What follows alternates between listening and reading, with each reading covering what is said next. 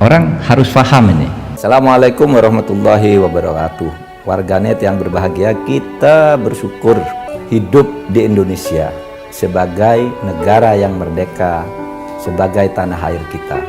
Mari cintai tanah air kita ini agar kita bisa melaksanakan perintah Allah dengan sebaik-baiknya. Dengan tingkat kepuasan yang akan sampai 82,2%, banyak yang meyakini, analis politik satu suara mengatakan bahwa Jokowi adalah Kingmaker 2024. Saya sudah bersama aktivis Angkatan 66 sekaligus pendiri lembaga survei CSIS Indonesia, Bapak Yusuf Wanandi. Pak Yusuf, terima kasih. Bapak sekarang usia berapa tahun ini? Oh, saya tahun ini 86. Pak Yusuf ini seorang aktivis sejak tahun 66. Melihat pergantian kekuasaan, dimulai dari Bung Karno, Pak Harto, hingga presiden-presiden di era reformasi. Tapi saya ingin menitik beratkan Pak Yusuf pada dua nama, yaitu Presiden SBY dan Presiden Jokowi. Karena dua nama inilah yang terpilih dengan pemilu langsung dan mampu melalui dua periode. Menurut Pak Yusuf, di penghujung kekuasaan atau di periode kedua di masa jabatan akhir dari dua orang ini, dari dua presiden ini, apa perbedaan paling mendasar antara Presiden SBY dan Presiden Jokowi? Saya lihat bahwa kalau Presiden SBY dulu, saya menganggap beliau itu ragu-ragu selalu ya di dalam masa kepresidenannya. Dan karena itu juga pada akhirnya almost as if he is giving up. Jadi itu saya lihat bahwa tidak ada lagi dia itu dorongan untuk melakukan perbaikan dan sebagainya. Dan itu kelihatan waktu dia mau melakukan konvensi tentang siapa yang akan jadi calon presiden daripada Partai Demokrat. Mula-mula dia mau laksanakan, sudah kumpul semua, sudah berhenti semua sebagai menteri, tapi ternyata akhirnya dibatalkan begitu saja. Jadi you can see no guts. Nah, kalau kita lihat Pak Jokowi ini memang is a very simple man, but he has guts, and not only guts, but he does his work also untuk mencapai ini. Itu adalah tentu saja dia mau mempertahankan bahwa dia ada pengaruh terhadap siapa yang akan menggantikan dia. Bagaimana dengan analisa bahwa seharusnya, ini juga dikatakan oleh mantan Wakil Presiden Pak Yusuf Kalla, Pak Jokowi menyontoh Pak SBY, Bu Mega, tidak cawe-cawe di akhir masa kepresidenan untuk kemudian memilih siapa, ikut cawe-cawe memilih siapa yang akan menggantinya. Tidakkah seharusnya sikap Pak SBY ini jadi contoh? Wah, sebetulnya kalau terus terang, kalau mau berarti memang you have to work until the end. Itu satu. Tetapi di dalam hal beliau ini memang mempunyai sesuatu yang memang boleh dikatakan suatu tekanan, suatu dorongan yang kuat untuk mempertahankan supaya masa depannya itu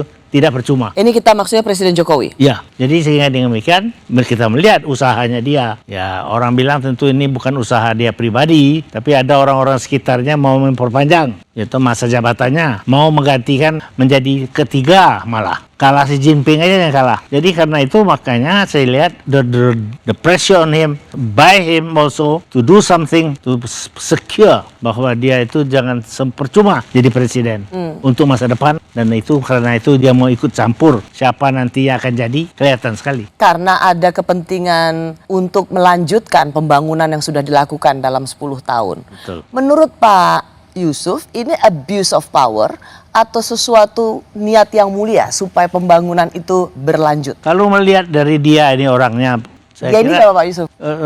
Presiden Jokowi memang saya kira he is serious bahwa dia mau melanjutkan pembangunan ini, dan dia sebagai rakyat kecil kan dulu merasakan bagaimana ketertinggalan mereka. Jadi sekarang he is trying to do his best to continue as long as possible. Jadi Pak Yusuf tidak melihat bahwa dikumpulkannya ketum-ketum parpol di istana yang dianggap wah ini cawe-cawe. Pak JK sendiri mengatakan bahwa sudah melangkah terlalu jauh. Pak Yusuf tidak melihat ini sebagai suatu langkah yang abusif.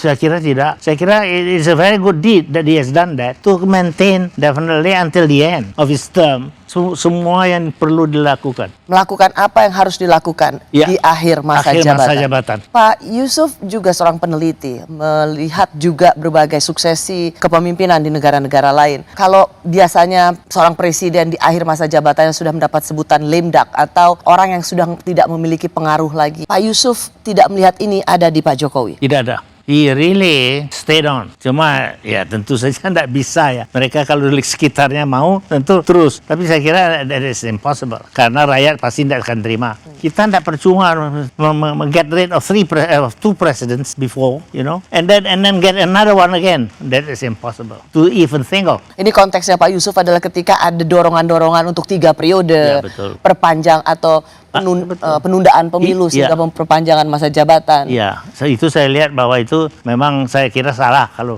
itu yang mau dia ikuti. Tidak bisa, kita tidak akan terima.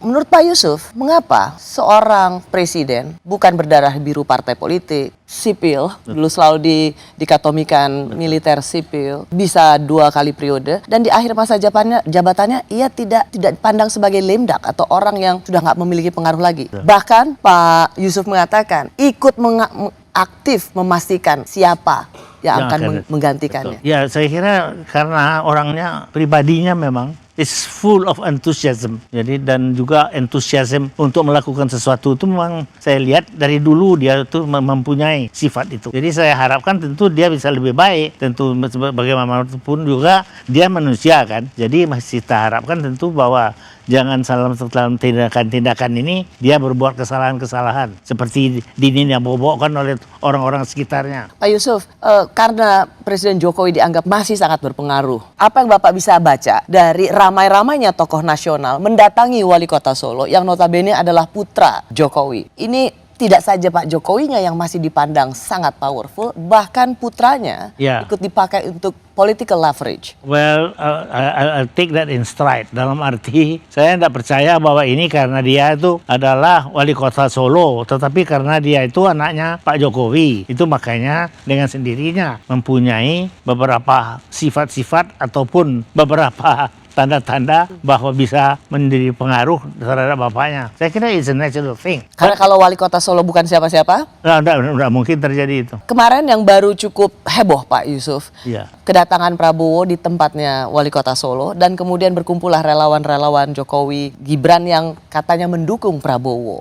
Apa yang Bapak lihat dari pertemuan entourage seperti ini atau pertemuan politik seperti ini? Ya, according to me it's nonsense. But anyhow, kalau nonsense, omong kosong. Ya omong kosong aja itu kan perkibulan aja yang diceritakan di sana. Nggak ada yang benar itu. Kalau menurut saya, ya toh. Jadi it is a facade that they put up, but it's not real. Ya. Begitu banyak orang yang sangat terkejut, termasuk dari PDIP yang merasa terpancing emosinya melihat pertemuan itu oleh seorang Yusuf Wanandi, itu omong kosong. Saya kira kalau menurut saya, karena apa? Kalau anturasnya PDIP misalnya sakit hati, bisa saya mengerti. Ini relawan ya, kita bicara relawan. Saya bisa mengerti, ya toh, karena mereka merasa bahwa these are not the real ones yang memenangkan Jokowi. Tetapi kalau ini, ya toh, kita melihat sebagai suatu kekuatan yang benar, yang betul-betul bisa memenangkannya, saya kira ya it's a little bit too much. Saya akan masih tanyakan soal ini lagi karena politisi senior PDIP, misalnya Pak Pandana Baban, itu bereaksi cukup keras melihat pertemuan itu.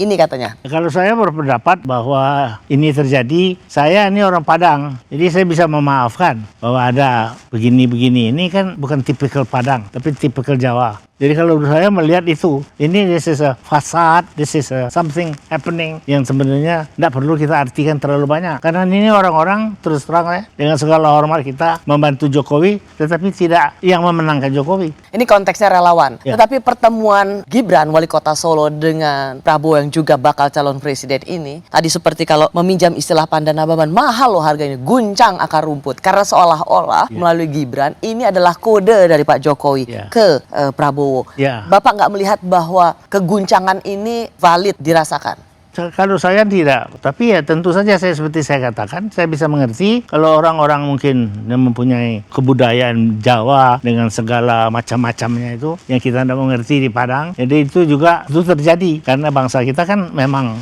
heterogen. Jadi harus kita take it in stride, tapi tidak bisa kita marah-marah mereka. Masa anak-anak muda begitu mau hura-hura silahkan aja, but I don't take that seriously. Oh ya? Ya. Kalau tadi dikatakan Mas Gibran ini bisa dimanfaatkan oleh bisa dimanfaatkan politik. Ya, tentu saja bisa, tentu saja saya kira, tapi saya tidak tahu ya hubungan keluarga dan sebagainya itu. Tetapi kalau menurut saya, it is you have to take that with a grain of salt. Semua usaha-usaha yang begini-begini ini, menurut saya tidak ada banyak artinya ataupun manfaatnya. Apakah karena Pak Yusuf melihat di sini kan karena ada faktor relawannya, tidak melulu soal Mas Gibran, wali kota Solo, putra Pak Presiden, Ya.